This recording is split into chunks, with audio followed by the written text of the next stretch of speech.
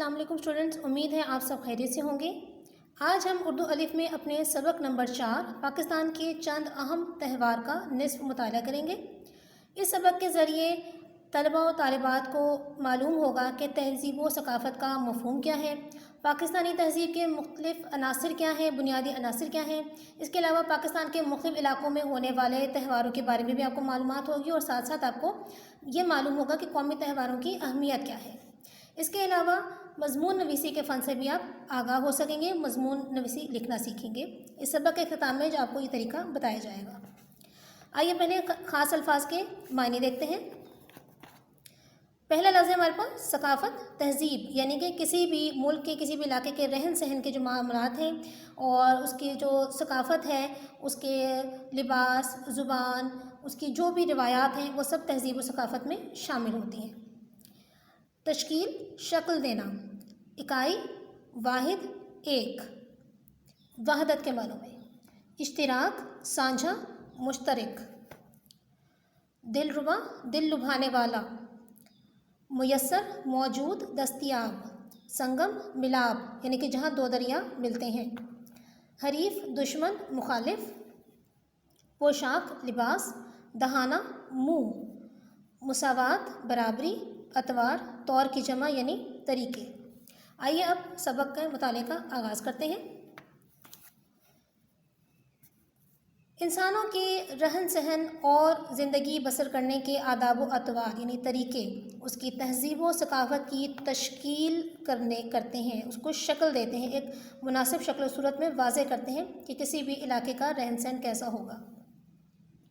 ہر قوم کی تہذیب اور ثقافت، تہذیب طرز معاشرت، ثقافت تہذیب، یہ ایک دوسرے کے مترادف الفاظ ہیں، مختلف اور انفرادی رنگوں کی حامل ہوتی ہے۔ انفرادی یعنی ذاتی، مخصوص، الگ قسم کی حامل ہوتی ہے، رکھتی ہے۔ اس کا مطلب یہ ہے کہ ہر قوم کی تہذیب ایک دوسرے سے الگ ہوگی اور وہی اس کی پہچان بنتی ہے۔ آپ قوموں کو ان کی تہذیب و ثقافت سے بھی الگ الگ پہچان سکتے ہیں۔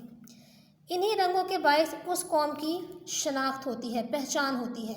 تہذیب و ثقافت کے آئینے میں کسی قوم کے عقیدے، نظریات، رسم و رواج، زبان اور اس کی مخصوص سرگرمیوں کی نشاندہی ہوتی ہے۔ نشاندہی ہوتی ہے یعنی معلوم ہوتا ہے، پتہ لگتا ہے۔ اس قوم کے لباس سے، اس کی زبان سے، اس کے رسوم و رواج سے آپ کو پتہ چلتا ہے کہ جن رسوم و رواج کا وہ اختیار کیے ہوئے ہیں وہ قوم کس سے تعلق رکھتی ہے، کس ملک سے تعلق رکھتی ہے۔ ہمارا پیارا ملک پاکستان ایک ایسی اکائی ہے، ایک ایسی وحدت ہے، یعنی کہ ایسی یگانگا جو اتحاد ہے اس کی تہذیبوں میں، جس میں مختلف ثقافتوں اور تہذیبوں کا رنگ شامل ہے۔ رنگ یعنی انداز کے معنوں میں۔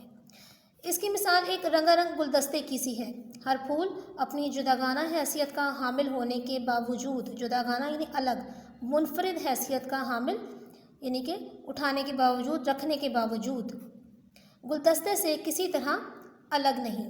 پاکستان کے علاقوں پنجاب، سندھ، بلوچستان اور خیبر پختونخوا اور گلگت بلتستان اور آزاد کشمیر کے علاوہ متعدد یعنی کئی قبائلی علاقوں اور ایجنسیوں کا الگ الگ رہن سہن ہے۔ یعنی کہ تمام علاقے جو ہیں، اگر آپ غور کریں تو اس پاکستان کے تمام علاقوں کے رہنے والوں کے لباس، زبان، رسوم و رواج، تہذیب و ثقافت سب ایک دوسرے سے جدا ہیں، لیکن پاکستان کے نام کی صورت میں یہ ایک اکائی کے طور پر، ایک وحدت اور یگانگی کے طور پر دنیا میں جانے جاتے ہیں۔ اس انفرادیت کے باعث ان کی زبانیں، پہناوے یعنی لباس اور رسم و رواج ایک دوسرے سے مختلف ہیں، لیکن اسلامی نظریے کی وحدت، یکتائی نے انہیں ایک لڑی میں پرو دیا ہے۔ لڑی میں پرونا محاورہ ہے، یعنی ایک حد میں مقرر کر دیا ہے اور ایک شکل دے دی ہے۔ عقیدے اور نظریے کے اشتراک نے ان کے درمیان ایک ایسا مضبوط رشتہ پیدا کر دیا ہے، اشتراک نے یعنی ملاپ نے، ملنے نے، شرکت نے، کہ وہ مختلف ہوتے ہوئے بھی یعنی الگ الگ ہوتے ہوئے بھی ایک دکھائی دیتے ہیں۔ پاکستانی تہذیب میں ان سب کا رنگ شامل ہے، یعنی کہ جب ہم دنیا کے سامنے پاکستان کا تصور پیش کرتے ہیں، پاکستان کی کوئی ہم پیش کرتے ہیں چیز، تو چاہے وہ پنجاب کی ہو، سندھ کی ہو، بلوچستان کی ہو، تو ہم وہاں پر بیرونی دنیا میں پاکستان کے نام سے ہی پہچانے جائیں گے، الگ الگ سندھی، بلوچی اور پنجابی کے نام سے نہیں، بلکہ اپنے ملک پاکستان کے نام سے پہچان کریں گے۔ پاکستانی تہذیب کو بنانے اور نکھارنے میں، سجانے میں اسلامی تہواروں اور روایات کا بڑا اہم کردار ہے۔ مذہبی تہواروں میں شب برات، تہوار کا لفظی مطلب ہوتا ہے جشن کی تقریب یا خوشی کی تقریب۔ شب برات، شب معراج، عید الفطر، عید الاضحیٰ، یوم عاشورہ محرم۔ اگر ہم لغت کے لحاظ سے دیکھیں تو یوم عاشورہ محرم جو ہے وہ ہمارے لیے کسی خوشی کا یا جشن کا دن نہیں ہے، تو اس لیے ہم جو ہے اسے عام طور پر تہواروں میں شمار نہیں کرتے۔ تو اگر ایسی کوئی کتاب میں غلطی ہو تو اس کو براہ کرم سدھار لیں۔ اور جشن میلاد النبی صلی اللہ علیہ وآلہ وسلم خاص اہمیت کے حامل ہیں۔ اب یہاں دیکھیں جتنے مذہبی تہواروں کے نام لیے گئے ہیں ان تمام میں مسلمان جو ہیں وہ مل کر عبادات کرتے ہیں، خوشی مناتے ہیں ان کی، تو اس لیے یوم عاشورہ محرم جو ہے وہ ہم تہواروں کی بنیادی جو لغت کے حساب سے تعریف ہے اس میں نہیں لکھ سکتے۔ اسی طرح غیر مسلموں کے مذہبی تہواروں میں کرسمس، دسہرہ اور دیوالی وغیرہ شامل ہیں۔ مذہبی تہواروں کے علاوہ قومی اور علاقائی تہوار بھی پاکستانی تہذیب و ثقافت کا اہم حصہ ہیں۔ یہ تہوار لوگوں کے درمیان محبت اور اخوت یعنی بھائی چارے کا رشتہ مضبوط کرتے اور ان کے لیے کاروبار اور تفریح کا ذریعہ بھی بنتے ہیں۔ یعنی کہ جب لوگ ایک دوسرے کی تہذیب کو ایک دوسرے کے سامنے پیش کرتے ہیں مختلف مقابلوں میں، مختلف تہواروں میں، تو اس طرح سے جو ہے آپس کا میل ملاپ بھی بڑھتا ہے، اور بعض اوقات ان کی بنائی ہوئی خاص دستکاریاں ہوتی ہیں، کچھ خاص اشیاء ہوتی ہیں جب وہ دوسرے علاقوں میں بھیجتے ہیں تو بیچنے کے لیے بھیجتے ہیں تو پھر لوگ ان کو خریدتے ہیں شوق سے، تو اس طرح ان کا کاروبار بھی چلتا ہے، اور لوگ تفریح کا ذریعہ ان کے رسوم و رواج، کوئی خاص قسم کے ناچ ہوتے ہیں، کوئی خاص قسم کے کرتب ہوتے ہیں جو وہ ان مقابلوں میں دکھاتے ہیں، تو اس طرح لوگوں کی تفریح کا ذریعہ بھی بنتے ہیں۔ پہلا ہے لوک ورثہ کا میلہ۔ پاکستانی تہذیب اور ثقافت کے فروغ اور تحفظ کے لیے، پھیلاؤ کے لیے، ترقی کے لیے اور تحفظ، حفاظت کے لیے اسلام آباد میں لوک ورثہ کا قومی ادارہ قائم کیا گیا ہے۔ اس ادارے کے زیر اہتمام، زیر بندوبست ہر سال اکتوبر کے پہلے ہفتے میں لوک ورثہ میلہ منعقد کیا جاتا ہے۔ یہ میلہ ایک ہفتہ جاری رہتا ہے، چلتا رہتا ہے۔ اس میلے میں رنگا رنگ تقریبات کا اہتمام کیا جاتا ہے، مختلف رنگوں کی مطلب مختلف اقسام کی تقریبات کا اہتمام کیا جاتا ہے۔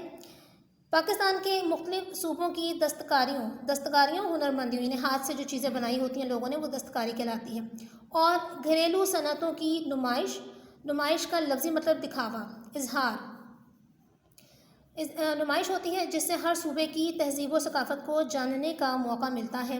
مختلف اسٹال لگتے ہیں، اسٹال ہوتے ہیں چھوٹی چھوٹی دکانیں لوگ لگاتے ہیں اور اس میں پھر یہ چیزیں رکھتے ہیں بیچنے کے لیے، جن میں پورے پاکستان سے لوگ اپنے ہاتھوں سے تیار کی ہوئی مختلف چیزیں نمائش کے لیے رکھتے ہیں۔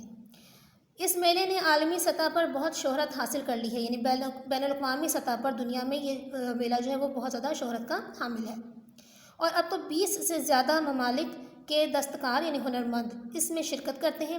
بلا شبہ یعنی بے شک اس میلے کی وجہ سے پاکستانی ثقافت اور تہذیب کو عالمی سطح پر، بین الاقوامی سطح پر، دنیا کی سطح پر مقبولیت حاصل ہو رہی ہے۔ مقبولیت یعنی پسندیدگی اور شہرت حاصل ہو رہی ہے، اور پاکستان کے مختلف صوبوں کے افراد کے درمیان بھی اشتراک عمل بڑھ رہا ہے۔ اشتراک عمل یعنی مل کر کام کرنے کا جذبہ جو ہے، طریقہ کار جو ہے وہ بڑھ رہا ہے اس کی وجہ سے۔ دراصل یہ میلہ پاکستانی ثقافت کے مختلف رنگوں کو اجاگر کرنے یعنی نمایاں کرنے، ظاہر کرنے میں اہم کردار ادا کر رہا ہے۔ آج ہم نے سبق کا یہ نصف مطالعہ کیا ہے۔